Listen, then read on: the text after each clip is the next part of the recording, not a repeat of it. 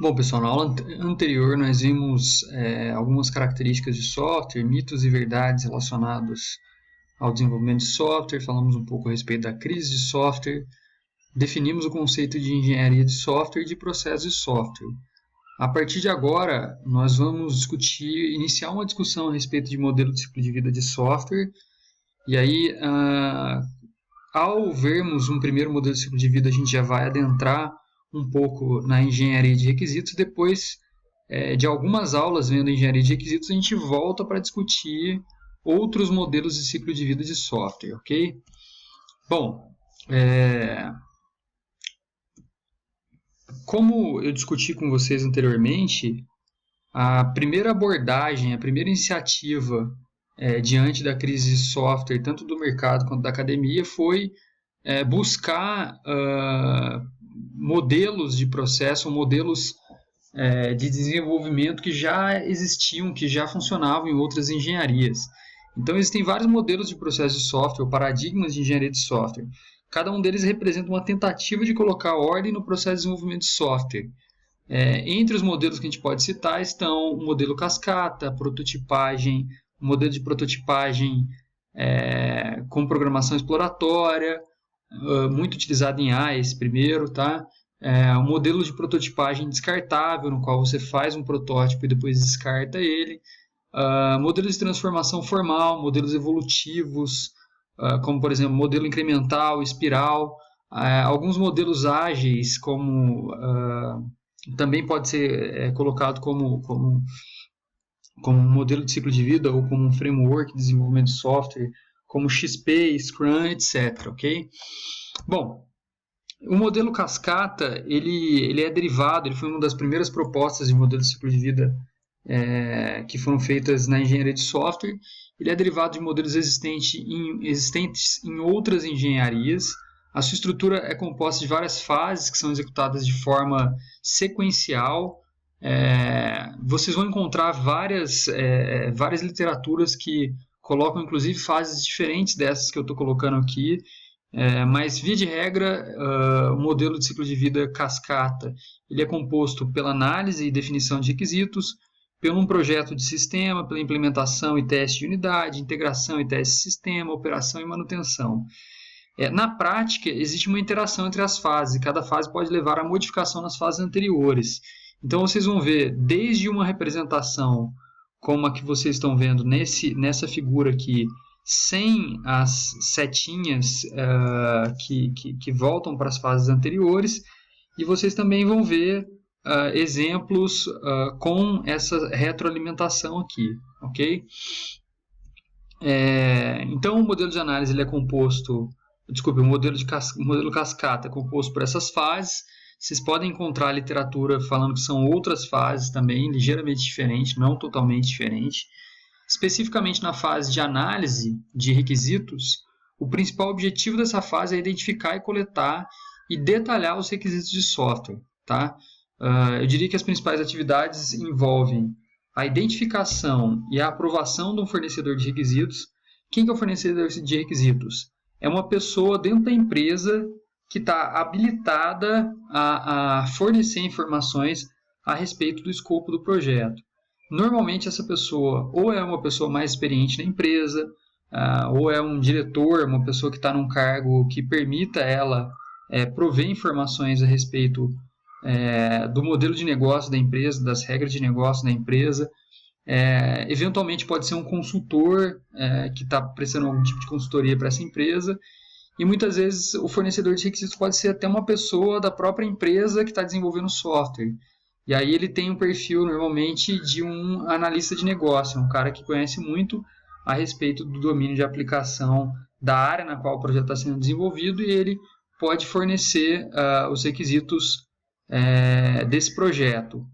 Mas, de uma maneira geral, existe a necessidade de aprovação desse fornecedor de requisitos e dos requisitos que foram identificados antes do desenvolvimento do software em si. A segunda atividade seria a identificação e detalhamento dos requisitos do cliente. Os requisitos do cliente, como vocês vão ver alguns slides à frente, fornecem uma visão mais alto nível do escopo do projeto, e os requisitos funcionais e não funcionais do sistema. aí há a necessidade de manter uma comunicação contínua com o cliente a fim de sanar eventuais dúvidas. E por fim, tendo em vista que você já identificou, já detalhou, já descreveu os requisitos, existe a necessidade de validação interna desses requisitos dentro da equipe, de validação externa, ou seja, com o cliente. O cliente tem que se comprometer com o escopo do projeto, com o que foi documentado. As principais saídas para essa fase de análise de requisitos são o documento de requisitos, ou o documento de visão, ou um documento de caso de uso. Especificamente, dentro do contexto dessa disciplina, a gente vai desenvolver um documento chamado proposta técnica, que, na verdade, ele é um pouco preliminar, ele antecede a análise de requisitos, é uma análise de requisitos preliminar. Tá? Bom, existe uma figura muito conhecida que fala a respeito de requisitos de software, talvez vocês já tenham visto essa figura em outra disciplina, mas o que ela mostra, basicamente, é que não existe uma sinergia aí entre as várias áreas técnicas de uma empresa. Normalmente o usuário descreve um escopo, o marketing entende de outra forma, eventualmente o analista de negócio descreve de uma terceira forma e alguém projeta de uma forma diferente, constrói algo diferente. O que o usuário realmente queria é essa última figura. Então, a engenharia de requisitos, os processos de verificação e validação, eles basicamente têm o objetivo de garantir que isso não ocorra. Tem o objetivo de garantir que o cliente descreva algo, que o analista de negócio registre o que o cliente pediu e valide isso com o cliente, a fim de evitar toda essa bagunça que é exemplificada nessa figura. Então, a gente já está adentrando um pouco no tópico de engenharia de requisitos. A definição de um requisito, segundo o Unifying Process, o I3E, é que o requisito descreve uma condição ou uma capacidade que o sistema deve estar em conformidade. Ele pode ser derivado das necessidades dos usuários, ele pode ser estabelecido dentro de um contrato, dentro de um padrão, dentro de uma especificação ou dentro de um documento que foi imposto formalmente. Um dos problemas do requisito é que ele pode ser explícito, quando ele é explícito é muito bom, ou quando ele pode estar implícito dentro de um outro requisito, por exemplo. Tá? Os requisitos de software, eles expressam o que o software deve fazer, o que o cliente deseja. Ele normalmente especifica quais são as restrições para a execução desse requisito, se é necessário executar um outro requisito, ou se o sistema precisa estar numa condição específica. Ele descreve quem vai utilizar o software. Então, normalmente o requisito de software é uma descrição, uma especificação de uma parte, de uma funcionalidade do sistema. Os requisitos de software podem ter várias classificações, nós vamos usar várias dessas aqui. Os requisitos podem ser classificados em requisitos funcionais, não funcionais. A gente pode classificar o requisito por prioridade, se ele é essencial, se ele é importante, se ele é desejável. Pela complexidade desse requisito, se ele é complexo, se ele é simples, se ele se ele é um requisito funcional, se ele não é um requisito não funcional.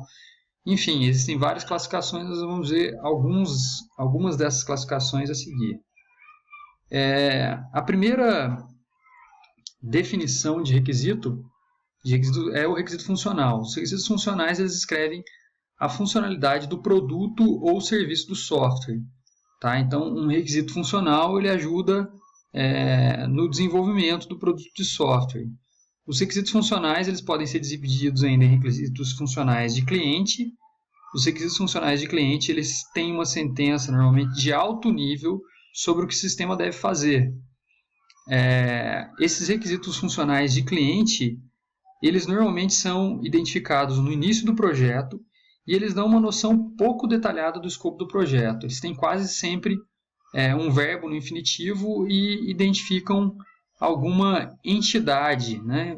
Por exemplo, o sistema deverá manter o controle dos produtos do supermercado. Então, eu estou colocando um verbo no infinitivo, que é para manter as informações, né, o controle dos produtos. A entidade aqui, então, é produto do supermercado. Essa é só uma declaração desse requisito, a descrição dele também, via de regra, é bem sucinta. E por que nós identificamos o requisito funcional de cliente? Como eu falei para vocês, normalmente antes da fase de análise de requisitos, existe uma fase de prospecção do projeto. É uma fase na qual eu ainda estou conversando com o cliente, estou avaliando, e o cliente está avaliando se ele fecha ou não esse projeto. Então, se eu não sei se o cliente vai fechar o projeto comigo, então é melhor que eu faça uma descrição em alto nível do escopo do projeto. Isso minimiza a chance de eu gastar muito tempo e muito esforço especificando os requisitos do projeto e o cliente me fala não e eu acabei não recebendo por esse esforço inicial de especificação de requisitos. Então, na verdade, os requisitos funcionais de cliente, eles, conforme descritos aqui, eles dão pouco detalhe a respeito do escopo do projeto e, consequentemente, pelo fato de trazerem poucos detalhes, as estimativas de prazo, de custo relacionadas a esses requisitos são preliminares e são dão pouca previsibilidade ainda. Okay? Uma vez que o projeto foi aceito pelo cliente, nós desenvolveríamos os requisitos funcionais de sistema, que eu vou mostrar alguns slides à frente, e esses requisitos funcionais de sistema representam, na verdade, uma decomposição dos requisitos funcionais de cliente. E esses, sim, são mais detalhados e vão prover uma estimativa de prazo e de custo muito mais confiável, muito mais detalhada do que esse requisito inicial.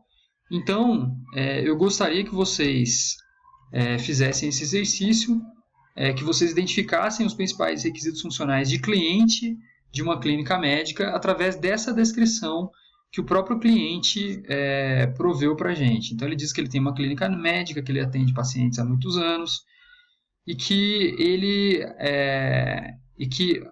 guarda todas as informações manualmente em fichas e que ele gostaria de adotar algum tipo de controle, a princípio mais simples, que ele não quer diminuir o trabalho da secretária, mas que ele gostaria que o agendamento das consultas